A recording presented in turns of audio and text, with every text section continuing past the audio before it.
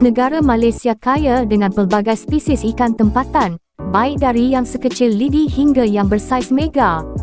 Walaupun ada hampir 600 spesies ikan air tawar yang asli di Malaysia, namun masih ramai rakyat Malaysia yang tak tahu tentang ikan di negara sendiri.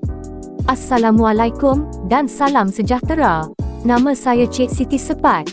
Di video ini, Siti ingin kongsikan tentang ikan kegemaran Siti sendiri, iaitu ikan sepat.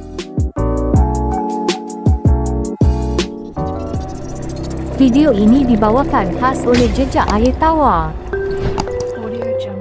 Ikan sepat adalah salah satu jenis ikan gurami tempatan yang unik, cantik dan memiliki keistimewaannya tersendiri. Jenis-jenis ikan sepat amat mudah dikenali, badannya lebar dan nipis dan memiliki sirip pelvik yang amat panjang seperti sesungut. Sirip pelviknya juga digunakan untuk ia merasai atau mengenal pasti sesuatu benda. Untuk pengetahuan semua, ikan ini berada di bawah keluarga Osphonomidae, iaitu keluarga yang sama bagi ikan kaloi, kepar, pelaga dan beberapa lagi spesies. Cuma kesemua spesies yang digelar sebagai sepat berada di bawah genus Trichopodos. Ada 5 spesies di dalam genus ini dan sebahagiannya semula jadi wujud di Malaysia, iaitu Trichopodos trichopteros yang kita kenali sebagai sepat ronggeng atau sepat padi, dan Trichopodos leary yang kita kenali sebagai sepat mutiara.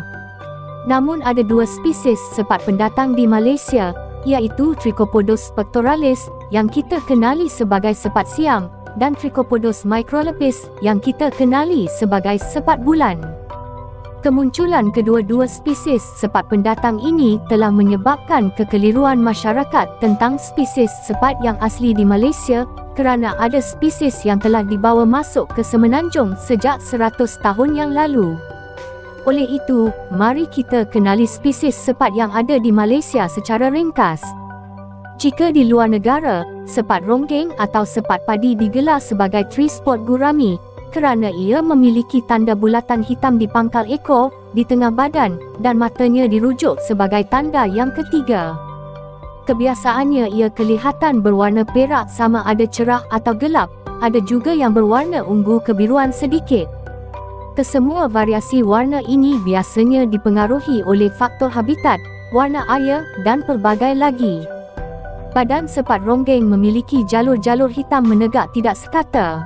Di siripnya pula memiliki banyak tumpukan bulat kecil berwarna putih atau kekuningan.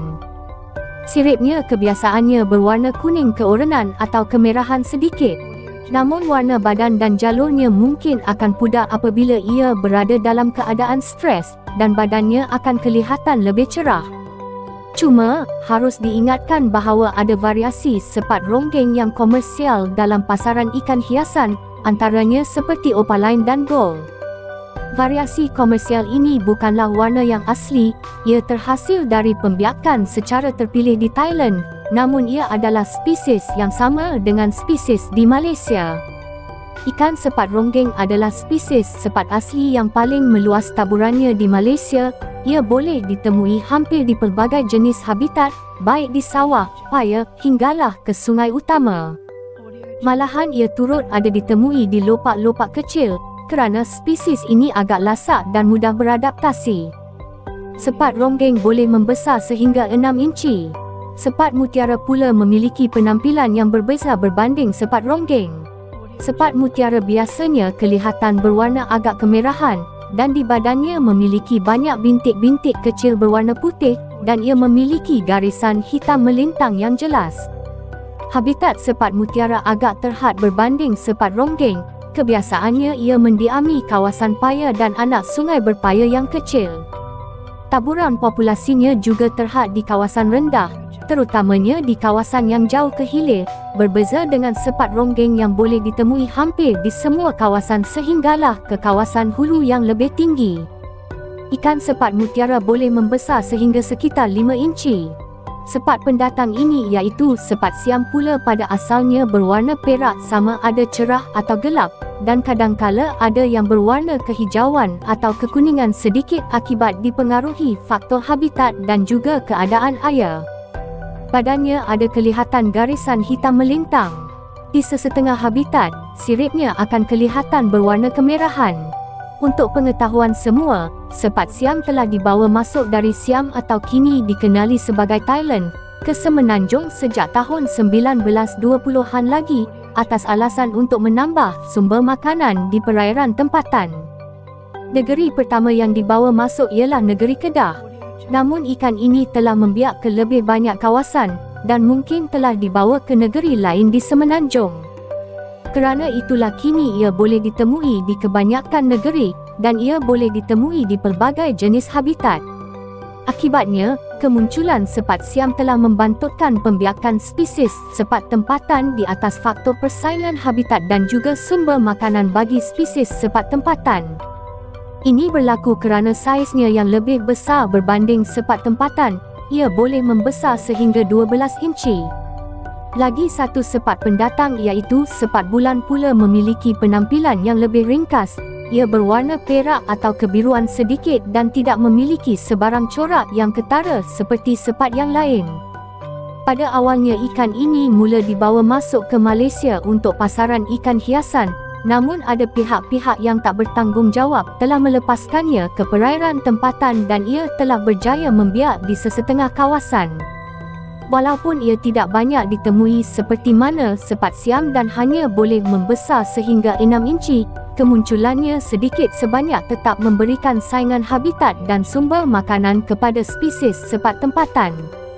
Sebenarnya, kita tak perlukan pun sepat bulan untuk pasaran ikan hiasan tempatan, kerana spesies sepat tempatan jauh lebih cantik dan menarik.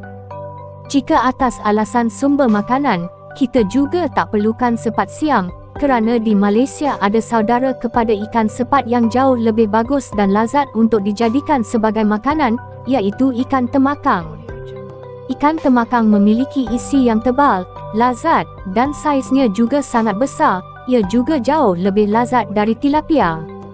Cuma isunya ialah, kita sudah tertinggal amat jauh dari negara luar dalam bidang akuakultur, terutamanya pada jiran kita sendiri iaitu Thailand.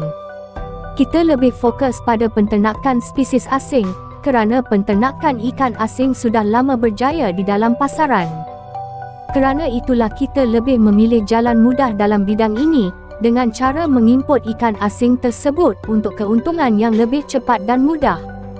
Disebabkan budaya begini dan kurang kesedaran tentang ekosistem, kita kurang berminat untuk mengkaji tentang pembiakan spesies ikan air tawar tempatan, kerana keuntungan yang cepat diutamakan dahulu. Walhal, spesies tempatan sebenarnya mempunyai nilai pasaran yang tinggi, terutamanya di pasaran luar seperti mana spesies ikan dari Thailand. Cuma ikan tempatan amat kurang dikomersialkan, sehingga majoriti masyarakat tempatan pun tidak mengenali spesies ikan asli di negara sendiri. Kalau korang berminat untuk membela ikan sepat, senang saja untuk membelanya, kerana ia adalah ikan yang mudah beradaptasi dan boleh dikatakan agak lasak. Korang digalakkan untuk membela sekurangnya 4 ekor, dan saiz tank yang bersesuaian ialah 2 kaki ke atas. Jika korang ingin membela lebih banyak, harus diingatkan korang perlukan tank yang lebih besar, kerana pada peringkat tertentu 1 atau 2 ekor akan mula menjadi agresif dan mula menjaga kawasan jajahan. Penggunaan aerator tidak diperlukan kerana ia adalah ikan yang mengambil nafas dari luar air, walau bagaimanapun penggunaan pam dan filter digalakkan untuk menjaga kualiti air. Ia boleh dibela dalam tank komuniti, tapi pastikan tank korang tidak terlalu padat dengan ikan. Jika korang rajin untuk menanam tumbuhan akuatik di dalam tank, itu lebih bagus kerana ikan sepat lebih selesa dengan tank yang memiliki banyak tumbuhan. Sebagai alternatif, korang boleh tambahkan tumbuhan semi-akuatik seperti pokok kiambang. Secara tak langsung ia boleh menjadi sarang dan menggalakkan pembiakannya, kerana ia adalah jenis bubble nester.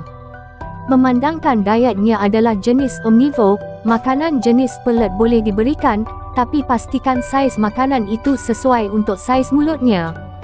Suhu air yang bersesuaian untuk kedua-dua spesies sepat ini ialah sekitar 24 darjah Celsius hingga 30 darjah Celsius. Dan kadar pH yang bersesuaian ialah 5.5 hingga 8.5. Semoga maklumat ini bermanfaat untuk korang semua dan Siti harap kedua-dua spesies ikan sepat ini kekal terpelihara di perairan negara kita. Oh ya, Siti baru teringat, ada lagi satu spesies sepat tau. Yang ini adalah spesies sepat paling cantik tau, iaitu Siti Sepat. Mesti ramai nak tengok muka Siti kan? Okey, jom kira sampai 3. 1, 2,